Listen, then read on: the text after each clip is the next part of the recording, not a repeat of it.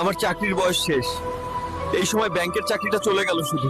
আমার বাড়ি পটিয়া বলে, পুরো পরিবার আমার দিকে তাকিয়ে।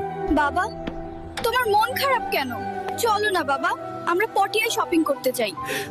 তোমার বাবার চাকরি চলে গিয়েছে। পটিয়ায় জন্ম নেওয়া কি আমার অপরাধ? 5 বছর চাকরি জীবনে কোনো ভুল করিনি, আজ তারা অযোগ্য বলে চাকরি কেড়ে নিল।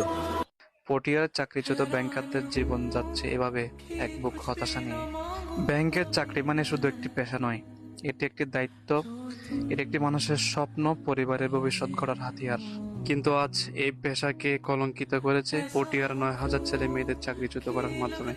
তারা কেউ আমাদের ভাই, কেউ আমাদের বোন, কেউ আমাদের আত্মীয় স্বজন। তারা আজ চাকরি হারিয়ে দিশেহারা। শুধুমাত্র একটি নোটিশেই থেমে গেল তাদের জীবনের গতি, থেমে গেল সন্তানের পড়াশোনার স্বপ্ন, বাবা মায়ের ওষুধ কেনার আশা। আমরা কি চুপ থাকতে পারি?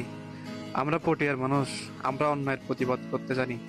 আমরা চাকরিচ্যুত ভাই বোনদেরকে বলবো, আপনারা একা না, আমরা আপনাদের সাথে আছি। সময় এসেছে এই অন্যায় সিদ্ধান্তের বিরুদ্ধে আওয়াজ তোলার। সময় এসেছে পটিয়ার চাকরিচ্যুত ভাই বোনদের পাশে দাঁড়ানোর।